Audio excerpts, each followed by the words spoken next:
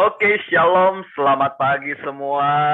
Selamat datang di Root, Reaching Out Others Together. Puji Tuhan, kita sudah kumpul nih pagi-pagi yang cerah ini. Saya tidak sendirian, saya ditemani oleh Kak Estu dan Bang Dedi. Shalom, Kak dan Bang. Halo. Ya, puji Tuhan. Masih dengan tema yang sama dan pagi hari ini saya yakin kita akan diberkati lagi dengan kesaksian hidup yang luar biasa dari seorang wanita yang luar biasa juga.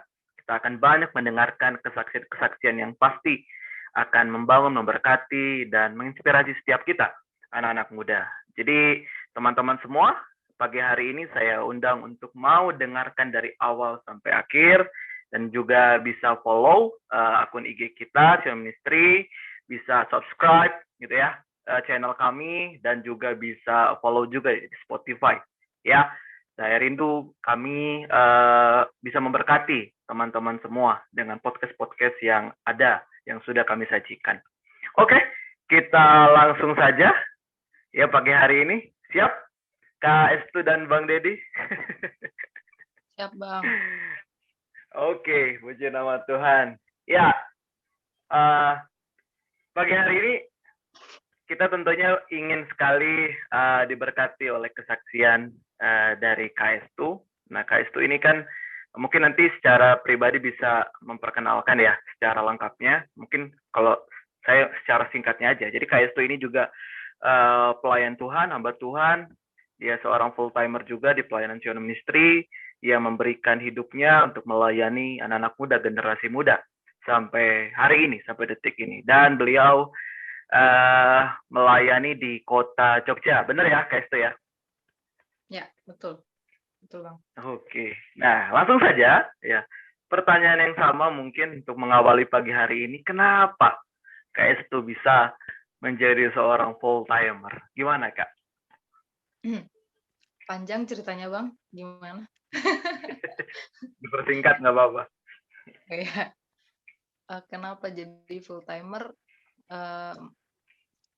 Oh ya, mungkin kenalan dulu buat teman-teman yang belum kenal. Saya Estu, sekarang dipercayakan dipercayakan melayani di kota Jogja dan juga melayani di beberapa kota lainnya.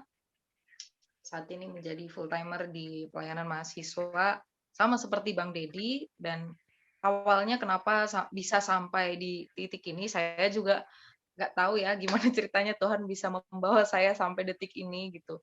Jadi nggak tahu nih, waktu awal Root ini saya sempat cerita nggak ya kapan pertama kali dijangkau gitu ya. Waktu awal itu saya dijangkau 2015, kemudian sebenarnya di titik itu saya mulai mengerti ya satu hal tentang amanat agung yang bahkan saya nggak pernah tahu nih, amanat agung apa ya gitu. Saya pengikut Kristus, cuman saya nggak pernah tahu seperti apa amanat agung itu gitu. Sampai akhirnya mulai di 2015 itu mulai berjalan dalam satu komunitas mahasiswa, dibimbing di situ, dan ternyata dipercayakan untuk beberapa kali jadi koordinator gitu ya di kota Jogja. Dan sampai satu kali waktu mendoakan panggilan sih, sebenarnya waktu mendoakan panggilan saya mempertanyakan gitu ya, kan waktu itu saya dapat pengajaran tentang panggilan bahwa panggilan itu seperti puzzle dan apa ya, kita apa yang dialami di masa dulu gitu ya ternyata nyambung ke masa sekarang gitu. Dan waktu saya mendoakan panggilan, sebenarnya saya nggak bilang, saya tidak langsung bilang oh saya dapat jadi full timer gitu, enggak ya. Bahkan sebenarnya saya punya kerinduan untuk melayani anak-anak muda ini, cuma saya nggak mau jadi full timer sebenarnya, karena kayak ya saya nggak mau aja gitu, nggak mau jadi full timer. Wah, masa jadi hamba Tuhan, saya mau pengennya kerja. Dan ya biasa ya, orang orang kan habis lulus nggak jadi orang kan habis lulus kan pengennya kan kerja gitu ya. Bahkan sebenarnya saya pengen diutus pergi dari kota Jogja gitu ya. Nah, jadi Wow. waktu itu apa namanya, saya mendoakan Terus saya merenungkan kembali, Tuhan kenapa sampai bawa sampai di titik ini, kenapa Tuhan kasih hati untuk anak-anak muda gitu. Jadi memang dulu pernah ya waktu oke saya pernah cerita juga ya, waktu di Rut itu saya pernah di SMA waktu SMA kelas 3 gitu ya, ibu saya sakit dan ternyata di sebelahnya itu ada seorang anak yang sakit juga. Dia sakit tumor di kaki gitu kalau nggak salah. Dan waktu itu kan ceritanya di rumah sakit ini tuh ada ibadah setiap malam, ibadah khusus gitu ya setiap malam, dan yang mau ikut ibadah itu nanti kordennya dibuka gitulah. Nah, tempat saya ditutup karena memang nggak ikut gitu ya. Jadi saya nggak tahu nih sebelah sebelah ini orangnya kayak gimana gitu gitulah. Nah, suatu kali ketika ibadah itu eh, pemimpinnya biasanya datang ke kamar-kamar. Nah, waktu proses ibadah itu tiba-tiba anak di samping kasur ibu saya yang waktu itu juga lagi sakit, anak ini bilang ke budenya mungkin atau ke tantenya waktu itu, bilang kalau, "Wah, eee, saya takut mati," katanya gitu. "Saya takut mati," kata anak itu. Saya denger kan, terus saya sedih gitu loh, rasanya kayak, "Loh kok, eee, kenapa anak ini takut mati?" Padahal dalam pikiran saya waktu itu, eee, nggak perlu takut mati gitu. Walaupun mati udah percaya aja masuk surga gitu. Saya punya pola pikir seperti itu dan saya mikir waktu itu saya langsung, mikir-mikir lagi, merenungkan lagi, apa sih sebenarnya Tuhan pengen aku jadi apa gitu. Waktu itu dulu saya punya cita-cita jadi dokter. Kenapa jadi Wow. dokter? Kalau ditanya, "Kenapa pengen jadi dokter?" Iya, soalnya saya pengen ke rumah sakit, saya pengen masuk ke rumah sakit, saya pengen ngomong ke orang-orang, "Kalian nggak usah takut mati, ada Yesus," gitu. Nggak tahu ya kenapa saya bisa mikir begitu ya waktu itu, tapi memang memang kayak gitu gitu. Saya melihat karena saya dulu kan sering sering apa ya, nemenin ibu ke rumah sakit ya, dan ngelihat orang-orang yang di penghujung-penghujung hidupnya gitulah.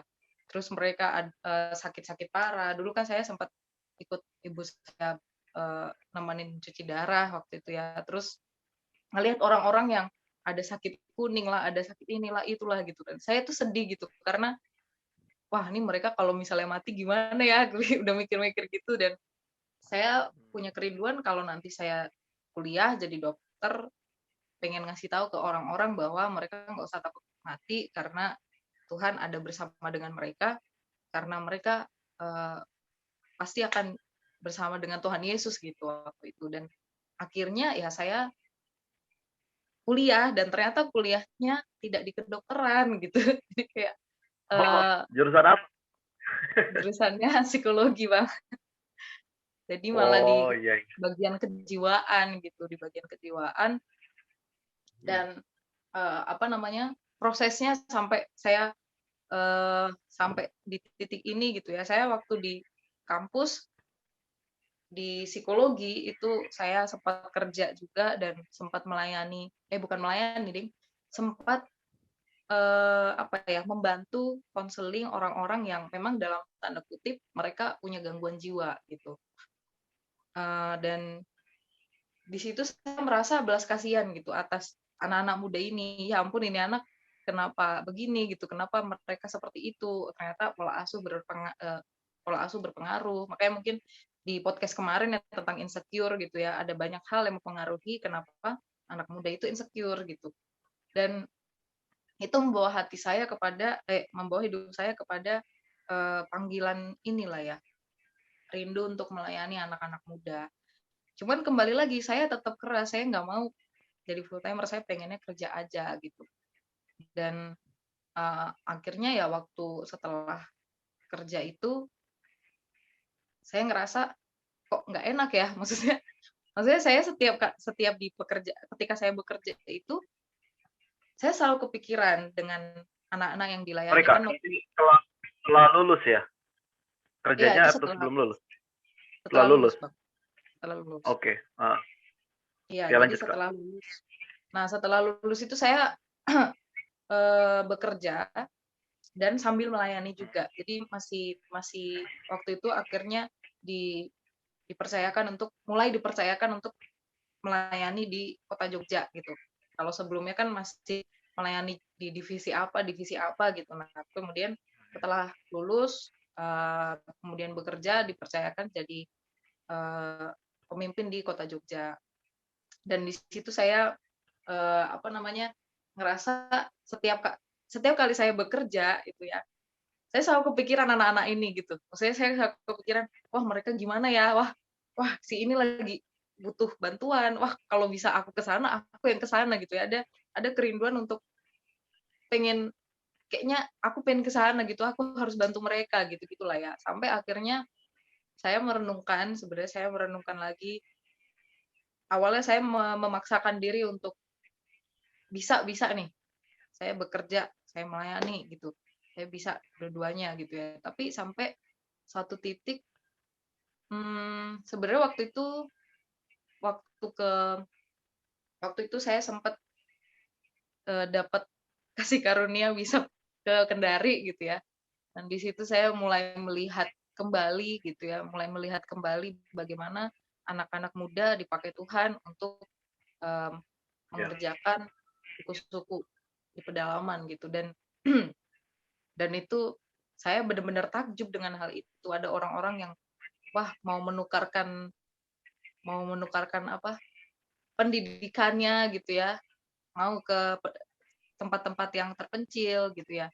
Dan di situ saya mikir-mikir lagi ya, wah ternyata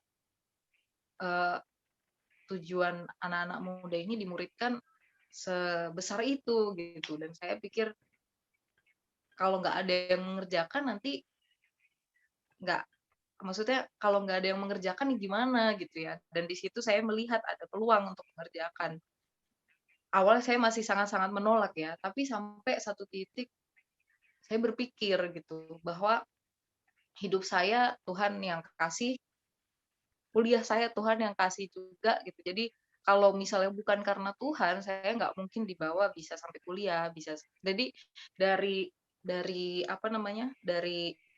SMP ya, dari SMP sampai kuliah itu saya benar-benar puji Tuhannya dibiayai gitu sama Tuhan sendiri gitu. Maksudnya kasih karunia lah bisa kuliah, bisa sekolah gitu-gitu. Dan saya berpikir, berarti hidup saya ini memang Tuhan udah arahkan untuk melayani Dia, karena ya hidup saya dibiayai Tuhan, bukan dari orang tua, bukan dari orang-orang yang lain, tapi maksudnya Tuhan itu membawa saya sampai di titik ini sebenarnya ya untuk mengerjakan isi hatinya gitu ya. Sampai akhirnya di pelayanan anak muda ini ternyata open recruitment juga.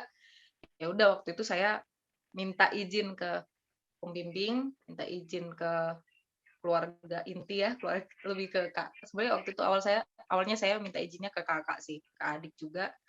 Dan ternyata ya udah terserah kamu gitu. Karena kalau misalnya saya melayani sambil bekerja, saya nggak sanggup, saya merasa nggak sanggup dan malah di dua-duanya malah saya nggak apa ya, nggak fokus nantinya gitu. Saya pengen fokus ke satu arah gitu lah. Akhirnya ya udah saya memutuskan untuk jadi full timer di pelayanan mahasiswa gitu bang. Wow, wow menarik sekali Kak Estu. Ini kan mirip-mirip dari kisahnya Bang Dedi ya. Sebenarnya yang jadi pertanyaan kita gitu ya, seperti apa sih kan Kak Estu tadi cerita sempat bekerja dan seperti ada yang mengganggu gitu ya, seperti ada kegelisahan di dalam hati sehingga ada kegelisahan yang membuat kayaknya bukan di sini nih tempat saya gitu kan ya. Nah, bisa mungkin dijelaskan Kak seperti apa sih kegelisahan itu dan berapa lama Kak itu menggumuli atau merenungkan gitu ya dari bekerja hingga memutuskan menjadi full timer itu butuh waktu yang lama Kak atau sebentar Kak atau seperti apa dan prosesnya tantangannya seperti apa Kak itu? Silakan.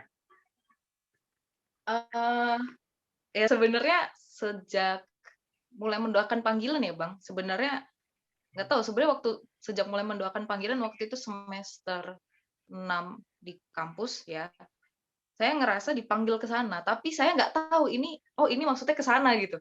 Jadi saya merasa dipanggil untuk eee, melayani sudah dari awal, bahkan kayaknya dari SMA juga sih, Bang. Jadi waktu SMA tuh awal-awal saya lahir baru ya waktu itu, di SMA itu saya sempet didoakan oleh seorang hamba Tuhan, atau kayaknya beberapa kali didoakan dan berkali-kali, eee, hamba Tuhan ini cuman bilang, "Kamu akan dipakai Tuhan luar biasa," gitu. Wah, luar biasa apa nih Tuhan? Aku dalam hati kan waktu saya belum benar-benar kenal nih. Ah, maksudnya luar biasa bagaimana ya gitu. Sampai akhirnya ketika masuk kuliah gitu ya, ngerti amanat agung, saya baru ngerti, oh ternyata hal yang besar tuh ini gitu. Hal yang besar tuh ini ketika memuridkan anak-anak muda, menghasilkan buah-buah yang tetap ketika kita pergi ke kota lain, ya anak-anak ini tetap mengerjakan gitu, tetap mengerjakan Injil gitu kan. Dan di situ membuat saya ngerti gitu, panggilan ini besar gitu ya. Dan kegelisahannya sebenarnya dari semester 6 itu waktu mulai mendoakan panggilan hidup ya. Khususnya waktu itu apa namanya? Waktu itu saya sempat sempat apa ya?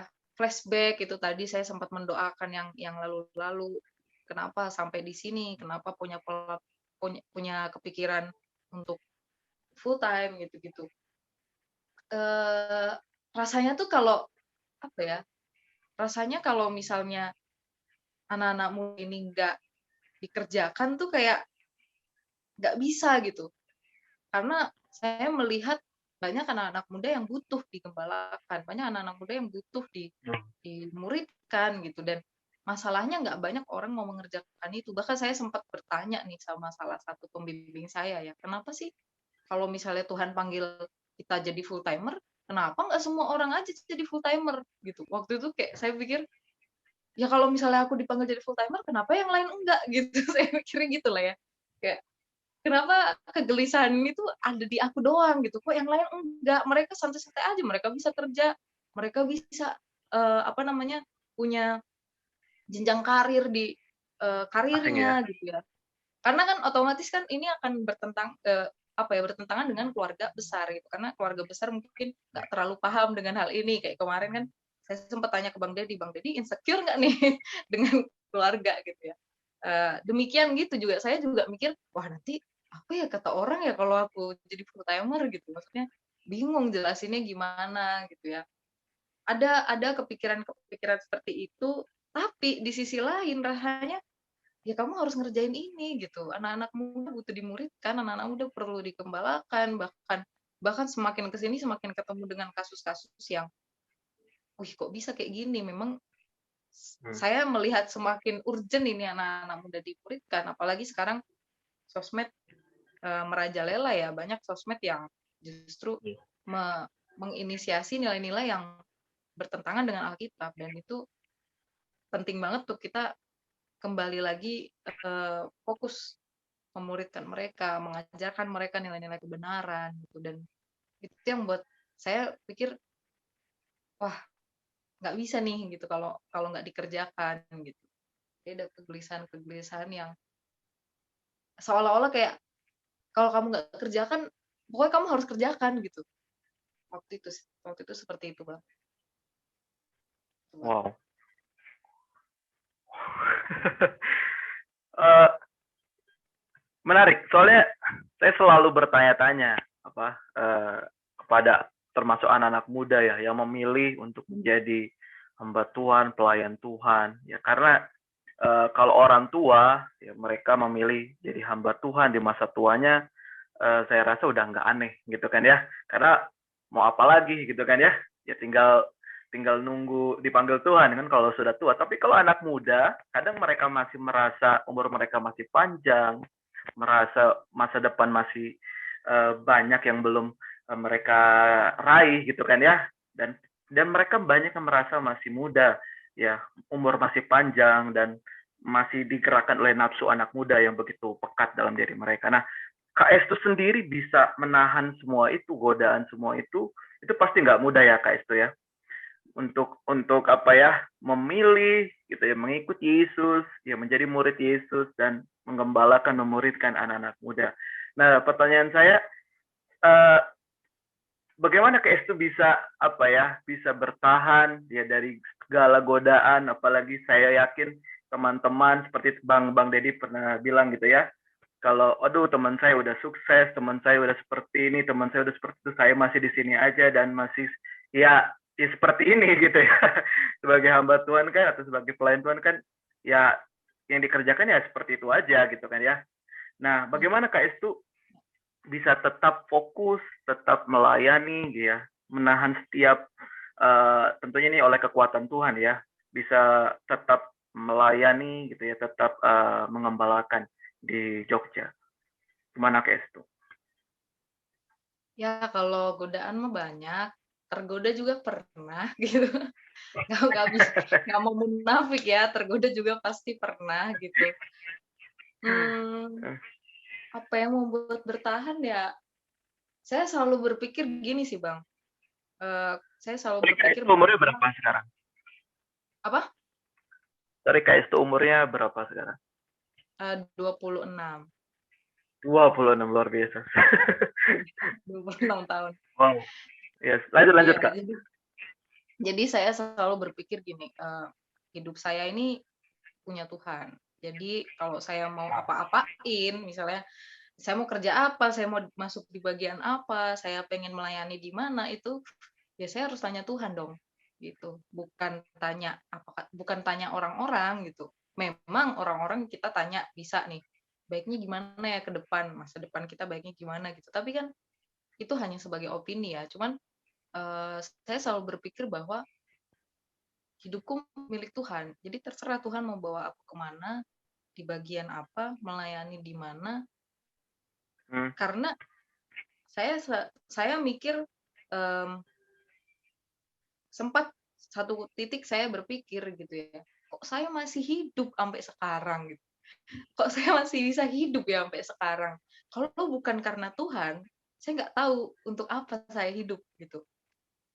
Jadi saya hidup untuk Tuhan gitu. Karena ya kalau dengar podcast pertama Ruth itu kan saya cerita, saya sempat pengen bunuh diri karena saya benar-benar kehilangan arti hidup ya, benar-benar kehilangan aku hidup buat apa sih sebenarnya gitu waktu itu ya. Karena saya sempat mempertanyakan kenapa saya masih hidup, kenapa saya masih bisa kuliah, kenapa saya masih bisa mengerjakan ini itu, saya masih bisa dapat waktu itu kuliah sambil kerja, saya masih bisa dapat pekerjaan, saya masih bisa dapat apa namanya biaya hidup juga gitu. Kenapa saya mempertanyakan kenapa sampai akhirnya satu titik waktu saya berdoa waktu itu semakin saya menolak semakin keras itu suara ya, semakin saya menolak semakin keras itu suara bahwa kamu untuk melayaniku gitu ya, kamu ada untuk Tuhan, kamu ada untuk aku mau memakai kamu gitu. Waktu itu saya tolak lagi, waktu itu masih kuliah saya tolak, selalu saya tolak sampai satu titik saya sebenarnya pengennya Tuhan pakai sampai kemana-mana gitu, benar-benar maksudnya diutus pergilah gitu ya, pengennya diutus pergi dari kota ini gitu ya waktu itu.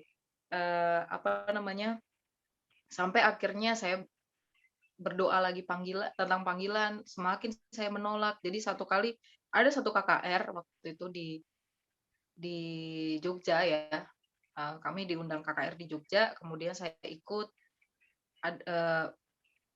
hamba Tuhan di situ bilang gitu, Tuhan mau pakai kamu untuk mengerjakan hal yang besar, tapi bagaimana Tuhan mau pakai kamu untuk mengerjakan kota-kota yang lain ketika kamu sendiri nggak mau mengerjakan kotamu gitu waktu itu. Wah, saya sangat-sangat tertampar dengan itu.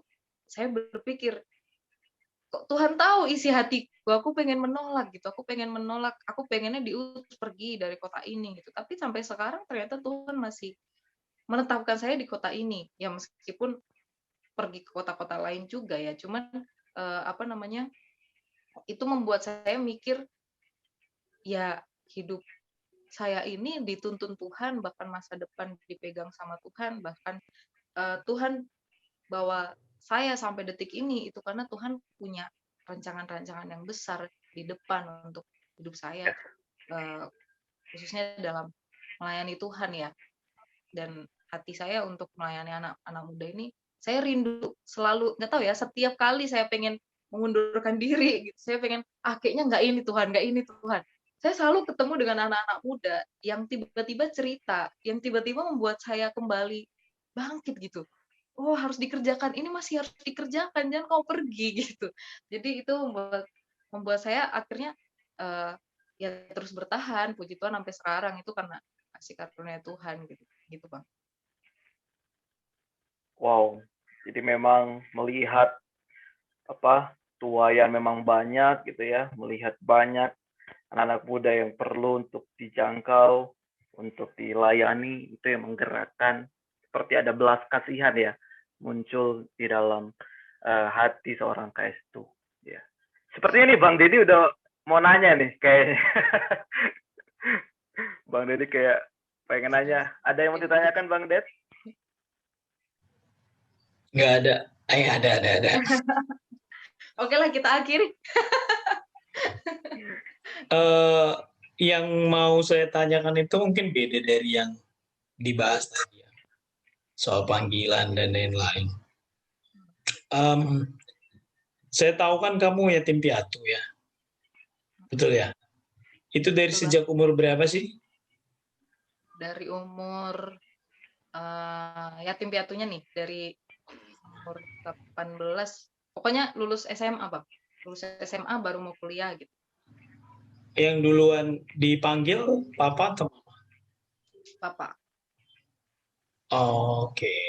Jadi kalau papa dipanggil umur, kamu waktu itu umur berapa maksudnya? 4 tahun. Aku Oh, udah kecil ya. Nah, gimana kamu ngejalanin hari-harimu tanpa orang tua?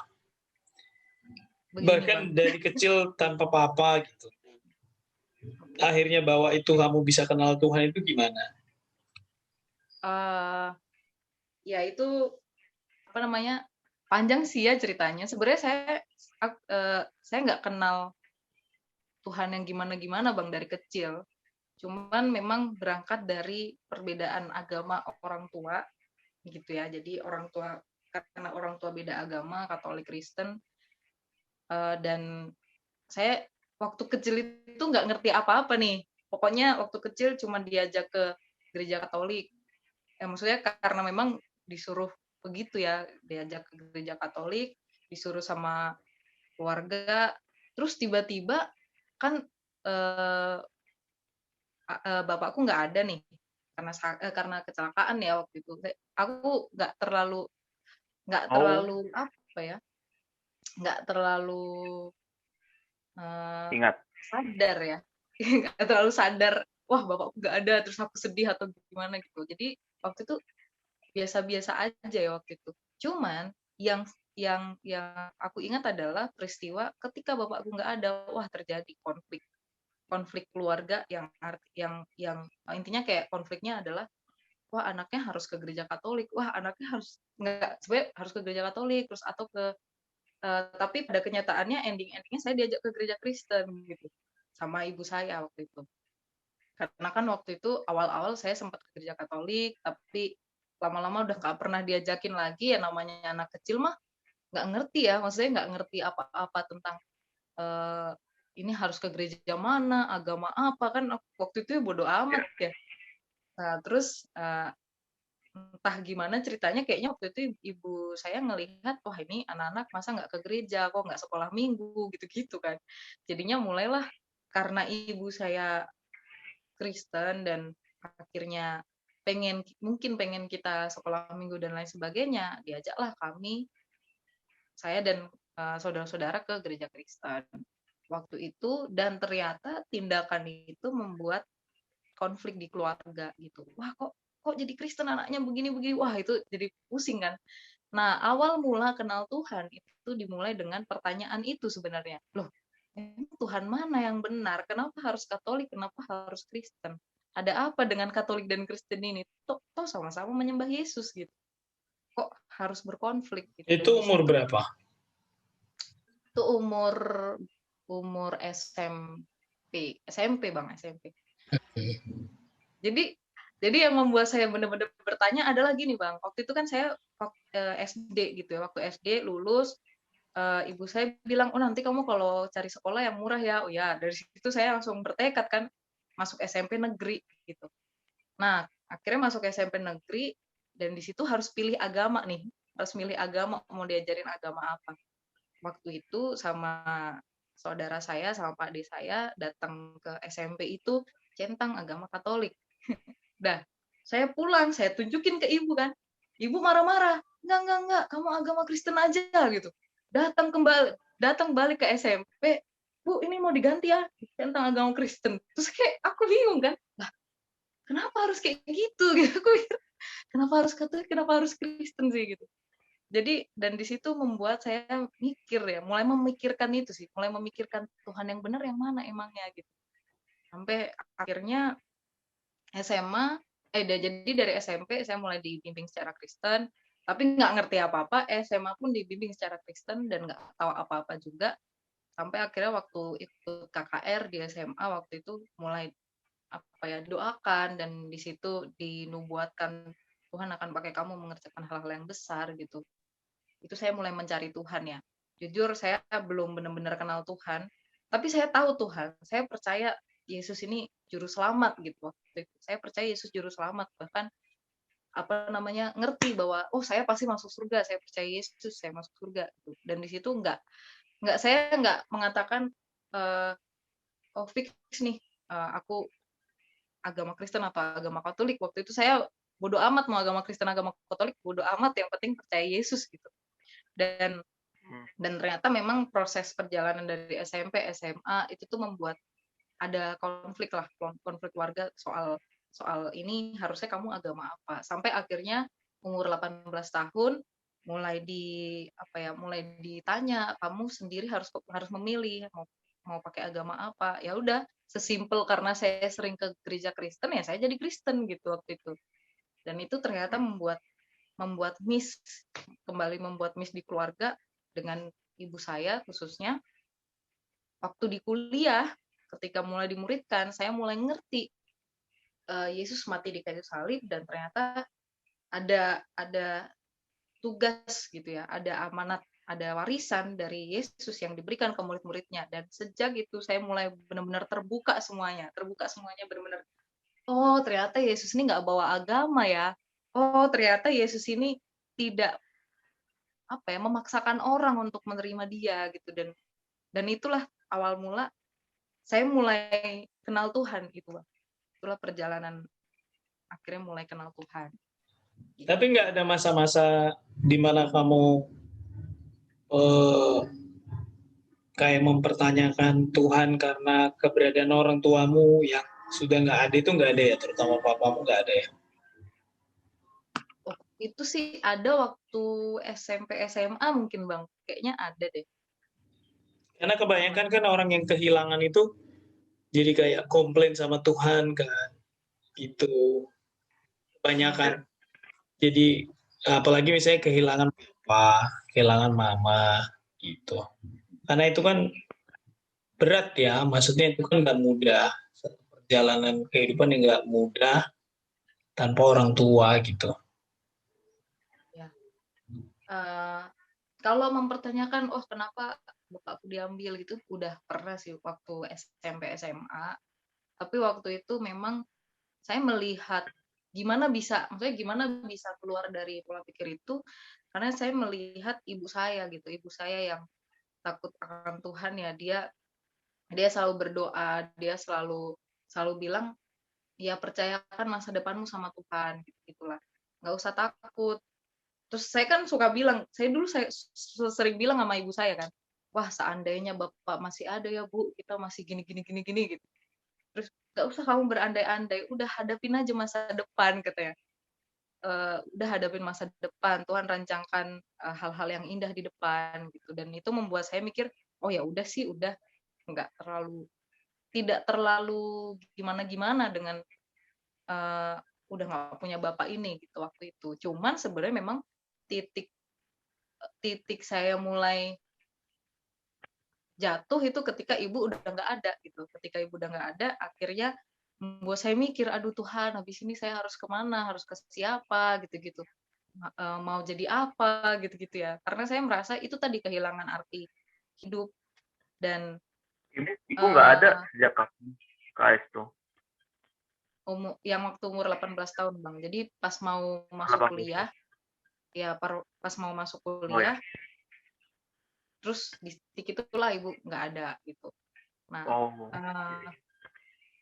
ya itu waktu itu akhirnya saya mempertanyakan ya, kok gini Tuhan, sebenarnya Tuhan maunya apa sih gitu. Masa Tuhan kasih aku beasiswa kuliah?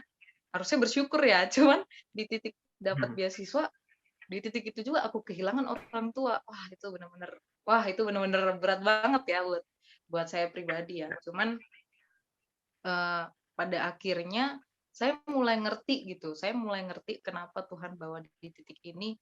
Ketika saya mulai dimuridkan, saya ngerti panggilan Tuhan, saya ngerti panggilan Tuhan, dan bahkan ketika di titik saya merasa berjuang sendiri gitu ya, ada kakak-kakak rohani yang menurut saya sampai sekarang itu menjadi orang tua pengganti gitu ya. Yang akhirnya, wih, kok ada orang sepeduli ini sama aku ya gitu. Kok ada orang segininya mau memberi hidup gitu. Bahkan titik di mana saya melawan mereka, saya melawan kakak-kakak rohani ini, tapi mereka tetap mengasihi saya gitu. Dan itu membuat saya melihat sosok orang tua di situ. Dan di situ saya mulai ngerti kenapa Tuhan bawa di titik ini, kenapa orang tua saya meninggal di masa-masa saya waktu kecil, kenapa ibu saya akhirnya meninggal ketika saya masuk kuliah gitu. Dan memang berarti memang tugas beliau saat itu udah selesai.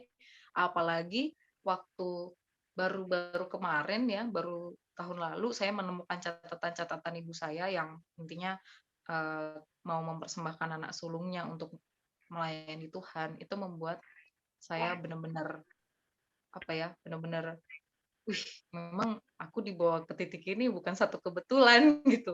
Akhirnya bisa ngerti gitu sih. Apalagi waktu yang membuat saya mulai melepaskan kerinduan ke orang tua, bukan melepaskan kerinduan ya. Maksudnya menerima bahwa saya nggak punya orang tua itu adalah ketika retret pemulihan waktu itu saya baru tahu ternyata bisa juga kita melekatkan hati kepada orang-orang yang sudah meninggal. Dan di situ saya melepaskan pengampunan, saya jujur sama Tuhan saya nggak bisa, saya merasa ditinggalkan, saya merasa ini itu saya ungkapkan semua sama Tuhan, dan di situ mulai pulih, mulai benar-benar menerima, oh ya udah gitu, sekarang hidupku untuk Kristus, dan perjalananku ke depan juga Tuhan yang atur. Tuhan menetapkan langkah-langkah orang, Tuhan menetapkan langkah-langkah saya gitu. Itu sih Bang.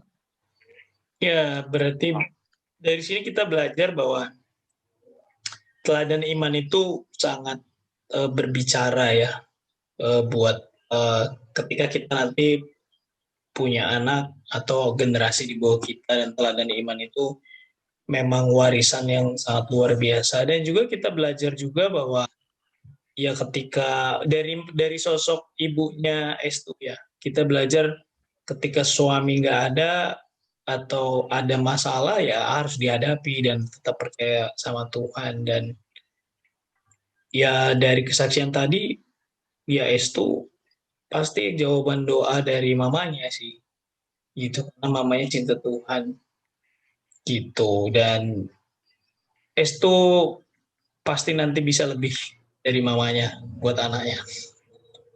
Amin. Amin. Kalau boleh tahu, saudara-saudara KS itu apa Kristen semua kah, atau ada yang Katolik juga, atau seperti apa? Saudara-saudara apa nih? Saudara kandung atau saudara? Saudara kandung, ya. Oh ya, saudara kandung sih aku sama kakakku Kristen, kalau yang adik Muslim. Karena menikah sama suaminya gitu. Oke, ya. Tapi kalau dari kecil saudara-saudara lebih ke apa namanya, ke Kristen ya atau ke Katolik? Kristen, Kristen ya, ke oke. Kristen. Ya. Nah kalau saya pengen tahu nih Kak Estu ya, sebenarnya waktu awal-awal ada kerinduan dalam hati Kak Estu gitu ya, menjadi hamba Tuhan, pelayan Tuhan, atau full timer gitu ya. Sebenarnya Kak Estu sendiri tahu nggak sih full timer tuh ngapain gitu? Ya, itu tuh pekerjaan apa, ngapain dan lain-lain gitu kan ya.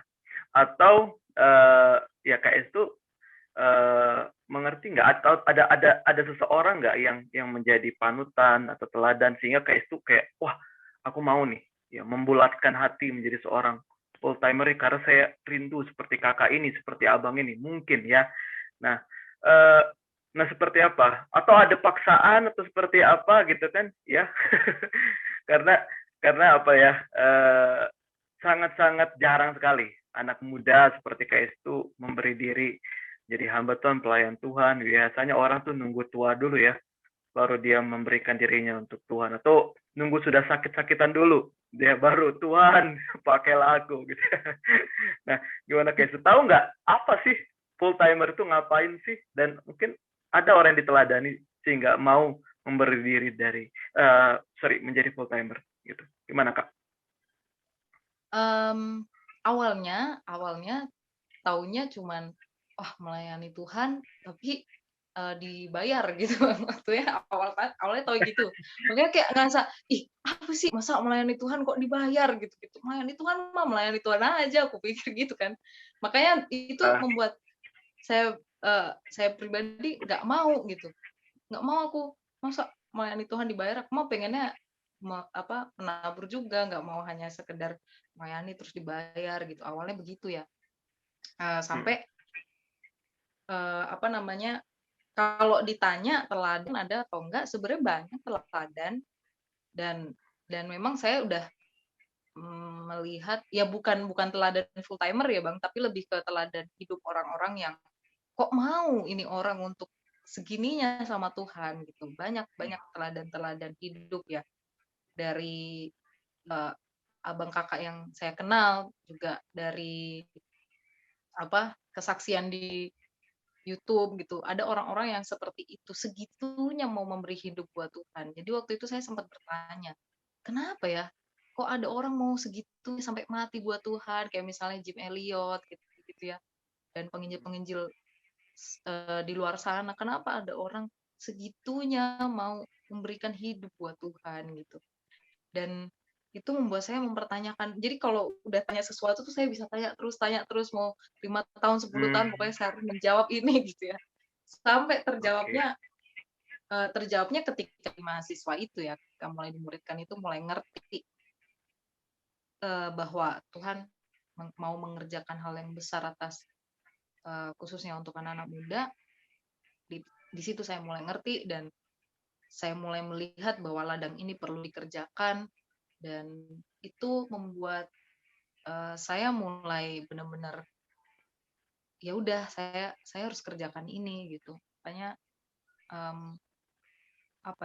benar-benar saya melihat generasi ini perlu pembapaan rohani perlu banyak ibu-ibu rohani yang membimbing mereka makanya benar-benar akhirnya saya mulai ngerti ya itu kenapa sih butuh full timer karena memang harus ada orang yang fokus mengerjakan ini gitu karena kan nggak bisa kalau misalnya bisa sih kerja sambil melayani bisa cuman memang fokusnya akan terbagi dua dan itu hanya untuk orang-orang yang dapat karunia ya untuk mengerjakan dua-dua hal dan excellent di dua-duanya gitu sangat jarang makanya perlu memilih mau ke profesi atau mau ke pelayanan gitu dan di situ saya lebih fokus ke pelayanan ya maksudnya saya lebih terpanggil ke pelayanan melayani sungguh-sungguh melayani dan memang akhirnya saya melihat berarti memang tugas full timer tuh harus tugasnya adalah ya membapai generasi ini melayani khususnya anak-anak muda ya sekarang di pelayanan anak muda ya berarti khususnya memang melayani anak-anak muda ini supaya nanti ketika mereka udah lulus, mereka bisa diutus ke tempat-tempat yang belum tahu Injil gitu. Gitu, Bang. Wow. Jadi sadar betul lah ya kayak apa yang dikerjakan sebagai full timer gitu ya. Jadi nggak meraba-raba atau oh ya udahlah cobain aja dulu gitu ya. Benar-benar keputusan yang bulat ya memilih sebagai full timer. Mungkin kalau terakhir dari saya ya, pertanyaan saya mungkin ya mewakili teman-teman juga, dan saya juga rindu tanyakan ini sama Kak itu, apa tantangannya sebagai full timer, apalagi Kak itu kan sebagai seorang wanita ya, pasti berbeda ya tantangannya dengan seorang pria. Dan yang kedua, pernah nggak Kak itu menyesali menjadi seorang full timer atau pelayan Tuhan sepenuh waktu ya, bahasanya supaya teman-teman mungkin bahasanya full timer kayak terlalu gimana gitu ya, ya pelayan sepenuh waktu. Ya, pernah nggak kayak itu menyesali ya menjadi seorang pelayan sepenuh waktu? Silakan Kak. Oke. Kalau tantangan sih banyak. Ya seperti yang saya bilang tadi ya, pasti banyak godaan dari luar gitu ya. Banyak teman-teman tantangannya lebih ke apa ya? Banyak mungkin beberapa orang mulai mempertanyakan kan, ini si Estu ini kerjanya apa sih gitu-gitu ya. Kalau nggak dijelaskan secara detail mungkin nggak ngerti ya gitu. Tantangannya itu pertama, terus yang kedua juga awal saya kan tanya ke keluarga inti, terus mereka oke-oke aja, terserah kamu mau mengerjakan apa, nanti yang menghidupi juga kamu gitu kalau keluarga inti ya. Cuman kan otomatis dipertanyakan sama keluarga besar kan, ini kerjaannya apa, nanti kamu nggak profit, nanti ini gitu ya. Tapi puji Tuhan sih sebenarnya apa ya, ada satu titik di mana mereka mempertanyakan itu dan saya jelaskan prosedurnya nanti kayak gimana, kenapa saya ada di sini, dokumennya juga jelas ada gitu. Jadi itu membuat beliau-beliau ini udah cukup agak tenang lah, agak tenang karena saya jelaskan ke mereka itu tantangannya keluarga ya, lebih banyaknya ke keluarga dan menjelaskan ke orang-orang juga kira-kira kerjaanmu apa gitu, itu tantangannya sih ya. Dan apa tadi pertanyaan yang kedua Bang, lupa. Pernah nggak menyesal Oh ya. sebagai pelayan Tuhan? Kalau menyesal nggak pernah ya Bang, nggak pernah, karena tahu apa yang diambil, maksudnya dengan sadar penuh mengambil keputusan untuk ini juga benar-benar sudah didoakan juga. Dan saya bukan tipe yang ketika mengambil keputusan terus habis itu ya udah nyesel gitu, bukan tipe yang seperti itu, apalagi sudah mendoakan ini cukup lama dan sudah memutuskan ini, maksudnya untuk memutuskan ini juga nggak mudah gitu ya. Jadi memang saya nggak pernah nyesel ada di titik ini gitu. Yang saya sesali adalah kenapa nggak dari kemarin aku tahu ini gitu. Maksudnya kenapa ya baru semester 4 itu seperti amanat agung ya, aku pikir. Kenapa nggak dari kemarin gitu. Nah itu sih yang justru yang aku sesali malah seperti itu Bang. Jadi bukan menyesal jadi full timer, justru malah ya bersuka cita ya, apalagi melihat pertumbuhan adik-adik ini. Gimana sih ketika melihat mereka yang dulunya gimana terus tiba-tiba sekarang udah begini gitu. Wah, ini nggak mungkin nih orang bisa kayak gini nih dulu gitu. Jadi ada sukacita tersendiri yang saya rasakan ketika ada di panggilan ini gitu. Oke. Oh, jadi dengan sadar betul, bukan karena dihipnotis ya Kak ya. jadi full timer, jadi pelayan Tuhan. Benar-benar dengan keputusan yang bulat, dengan tahu konsekuensinya, betul ya Kak ya. Tahu apa yang akan dihadapi sebagai pelayan Tuhan atau sebagai hamba Tuhan. Oke. Gimana dari Bang Deddy, ada pertanyaan tambahan atau ada yang masih rindu untuk digali lagi? Cukup. Oke, puji Tuhan, teman-teman semua yang mendengarkan pagi hari ini, kita sudah mendengar kesaksian hidup ya dari seorang KS2. kita sudah mendengarkan bagaimana dia memutuskan menjadi seorang full timer, pelayan Tuhan sepenuh waktu, tantangannya seperti apa, dan apa yang dia gumuli sebelum dia menjadi seorang full timer. Dan saya yakin kita semua diberkati, dan ini akan menginspirasi juga buat teman-teman yang mungkin ada yang mendapatkan panggilan yang serupa, yang sama, dan tentunya semua itu harus didasari dengan kerinduan, keputusan yang bulat, dan pertolongan Tuhan. Ya, minta kepada Tuhan, biar Tuhan yang tuntun, biar Roh Kudus yang tuntun setiap kita. Amin. Mungkin kita bisa rehat sejenak, kita akan lanjutkan lagi, ya. Kita akan mendengar juga kesaksian-kesaksian hidup dari abang kakak lainnya. Ya, kita rehat sejenak dulu, boleh istirahat dulu teman-teman, boleh makan, minum, dan mandi juga boleh, gitu ya. Oke, kita rehat sejenak dulu ya teman-teman. Shalom.